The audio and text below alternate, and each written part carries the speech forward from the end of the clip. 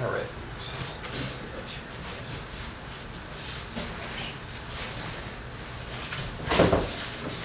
Mike, can you just let us know your name and Hi, I'm Mike Rotkin, former mayor of the city of Santa Cruz and currently a lecturer at UCSC. Great. Perfect. All right, so we'll just kind of go through these questions. So when you respond to the questions, if you can refer to them, Okay. yeah, that would be super helpful. All right, so how did you get here? I came to Santa Cruz in 1969 for a summer job doing research with a sociologist on migrant labor. And I was here about 2 days when I decided I really did not want to leave Santa Cruz. And so I just had the summer job and never left. How long were you working as the mayor? Mayors in Santa Cruz are elected to a one-year term by other members of the city council. I've served 6 terms on the Santa Cruz City Council. Adds up to about 26 years, and I've been mayor 5 times, so that's for 5 years. I've been mayor over a long period of time now. When were you working as the mayor? I was the mayor of Santa Cruz in 1981, 82, 85, 86, 95, 96, 2005 and 2006, and 2009 and 10. And when were you a lecturer? I've been a lecturer at UC Santa Cruz from 1974 until 2011 when I was forced into retirement, but I've since been recalled to teach part-time in Merrill College. I'm doing field study work there. Is it safe to say you have more than one job? I've had 2 almost full-time jobs for almost all of my adult life. What were those jobs? Working as a city council member and mayor, and also working as a teacher, a full-time instructor at UCSC. My job at UCSC involved being a field study coordinator. I directed a field study program in community studies where the students are required to go out for 6 months working in the field somewhere around the world on social change issues. I also have often had a 3rd job working for a union that represents lecturers and librarians in the UC system. How did you get involved working for the mayor's office and the city council and the UCSC? I think in terms of how I got involved with the Santa Cruz City Council, if you'd asked me even a year before I first ran, I would have laughed in your face if you told me I'd be a city council member or a mayor. I was a political activist, and a lot of my work was community organizing type work in neighborhoods and things like that, as well as on campus anti-war work and student power issues, things like that. But out of a neighborhood organizing project, people decided we needed to run somebody for city council in a protest campaign just to show the people at City Hall there were voters out here that mattered. And people talked me into running. And I said I can't really be a council member, a public official. I was a security risk to the United States during the war in Vietnam. That's how I got out of the draft. And I'm a socialist feminist, and I wouldn't want to hide that from voters, to be really honest about my politics. So I can't possibly win a city council election. The people that persuaded me to run said it didn't matter. It was a protest campaign. I wasn't going to win anyway, so I shouldn't worry about it. And then I surprised myself and everybody else when I came in first out of 19 candidates and got elected to the Santa Cruz City Council. And it turned out I really loved being on the city council. And as the top vote getter in my first and several subsequent elections, the tradition is the top vote getter gets a chance to be mayor, so I've done that 5 times, and I've really loved being the mayor of Santa Cruz. I like the engagement with the public. You meet people you normally wouldn't meet in your small circle of friends, and you have an impact on the way the city develops into the future. So I've always really been excited at the idea of being active in shaping a community and helping other people shape that community. I've never thought of the city council or mayor as sort of the people that should decide things for the city. Our job is really to sort of mobilize the citizens, let them know what the choices really are that are real and what they might choose in terms of the future direction of the city. And in that sense, we're kind of facilitators, I think, of a democratic process. And that's how I see the job. I know there are people that see the job as like, I'm going to be the mayor and I'm going to tell people what to do. And that was never the way I saw that job. What is your current wage as a lecturer, and what was your wage as the mayor? Well, my first 10 years as mayor of Santa Cruz, we actually start that again. Go ahead. Yeah, go ahead. When I first got elected to the Santa Cruz City Council members made $50 a month and the mayor made $100 a month. So for my first 2 terms as mayor, I made $100 a month for the year that I served as mayor. The voters then changed how much the mayor and the council members are paid. So currently, council members make about $1,200 a month, and the mayor makes around $2,300 a month. So it's quite a bit more money for doing the job. It's still not a really adequately paid job. It's really volunteer work with enough of a stipend or subsidy to sort of not have it cost you money to do this job. And as a lecturer? Lectures, I started as a lecturer at UCSC, paid $18,000 a year for full-time work. And the union has now increased the starting wage to a little bit over $50,000 a year for a full-time lecturer. And by the time I stopped working as a lecturer, I was making about $85,000 a year because I got a lot of pay increases during all the years I worked there. But I'd say typically most of my years as a lecturer, I was making about $40,000 a year. How would you describe your economy in both roles? Your role and position in the economy as a worker? Because the mayor is a worker, right? Yeah, for sure. I mean, he's a manager, but... Right.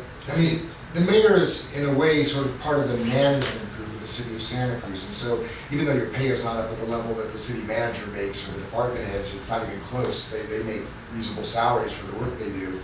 But it's really the power that you wield in terms of affecting the future of the city and where things are going that sort of gives you sort of management level authority rather than money coming from the job. At UCSC, as a lecturer, you have no authority, or virtually none. You're not invited to participate in discussions about future curriculum. The lecturers do about half the teaching at UC, but nobody ever invites us to a meeting on what classes should be taught, or who should be hired to teach them, or what general education requirements would be good to prepare students for their graduation. So in a way, we're kind of hired workers, and we sort of teach what we're told to teach. UCSC has a little more authority given to lecturers in terms of how you structure your individual courses, but even there, you're often told what the outcomes are supposed to be. Often lecturers are told what books the department would appreciate you using in a particular course. So even though, as I say, UCSC is a little bit more discretion given to lecturers in terms of how they teach their individual courses, we have virtually no say about the overall direction of the campus, what kind of departments are created, what kinds of requirements students are forced to complete, and what kinds of courses would be appropriate in what sequence for students to get a good education. That's left to other people. Even though we do the actual work, we're not asked to help plan that work in any way whatsoever. And in fact, when you go to the administration and say, I'd like to be more involved in the planning of curriculum, they look at you like you're coming from a different planet. So, do you see the kind of troubling dichotomy I see when you have people who are in presumably high positions of power, and they're lecturers at the university. So on the state level, they're presumably high positions of power, and they're, I guess you could, I don't know if you call this a day job or not, or you're lecturing a day job or not. I mean, but it's a day job. Okay, so do you see that? I mean, objectively, I have a real issue with people who are in somewhat precarious natures of power and position, even though they're working for the city, they benefit the university,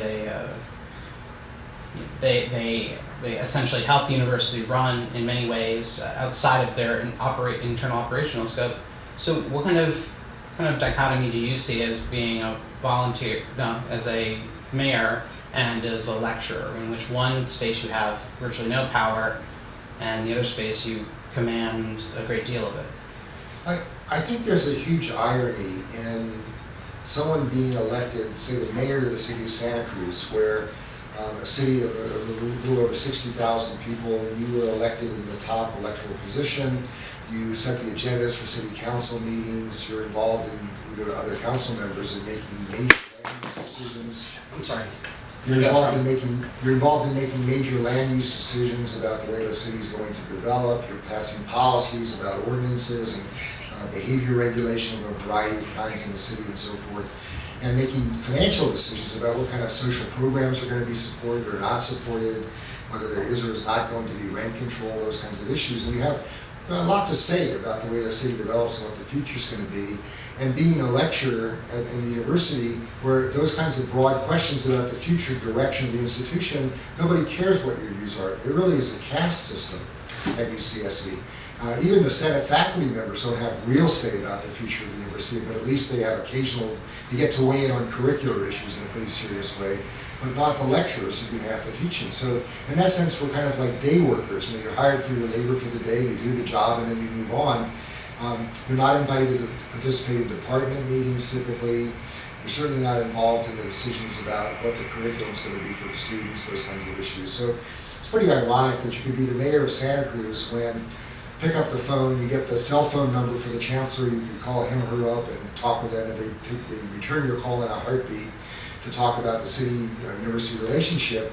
But in terms of being an employee of the university, if I were to call them, I'd probably get a call back from somebody in the labor relations office telling me, we heard that you called the chancellor and you really shouldn't talk directly to the chancellor. If you have a problem or an issue, you should come to us in labor relations and we'll try and see if we can help you with your problem. So in a sense, it's not that you don't have power at the university, you don't even have the right to communicate with the decision makers at the university. And that's pretty disgusting on some level. I don't know the right word to use exactly for it, but it's not a just system. And frankly, it's not a rational system. If you really want to run an institution, you should ask the people that are working there to be involved in making decisions about how the place runs, because they know what's going on, they can be helpful. And it's not that there might not be some other people with authority or views that have to be taken into account, but to have no input into the way the institution runs is really kind of outrageous. And so I've experienced that myself real directly. I've been the mayor of Santa Cruz and had chancellors call me to ask me questions about what they might do around curricular issues on campus. What should they do about field programs? How could they be helpful to try and get the university more connected to the community? But I've never been asked a question like that in my capacity as a lecturer. Can you describe the caste system for us? Of being a lecturer? If you go back to say about 1960, most of the teaching in UC was done by professors on the tenure track. They either were getting tenure or they already had tenure, and there were very few temporary lecturers or other people involved. Like most modern corporations, the university evolved to try and figure out how they could save money by using what they thought would be temporary workers, and they created a caste of lecturers. And once you've been, I use this sort of set with the mark of Cain, you've been designated as a lecturer, it's very hard to ever get a job on a tenure track position as a professor at the university. For whatever reason, they've decided you've kind of been marked as somebody who's not ready to be a professor. Even if you've written books, you have a PhD like professors do and everything else, you're now in a different caste and not seriously considered for those kinds of jobs. And as I've said elsewhere, I think the reality is that you're not asked much about how you think the institution should run. You're really hired for your labor, teaching very specific classes.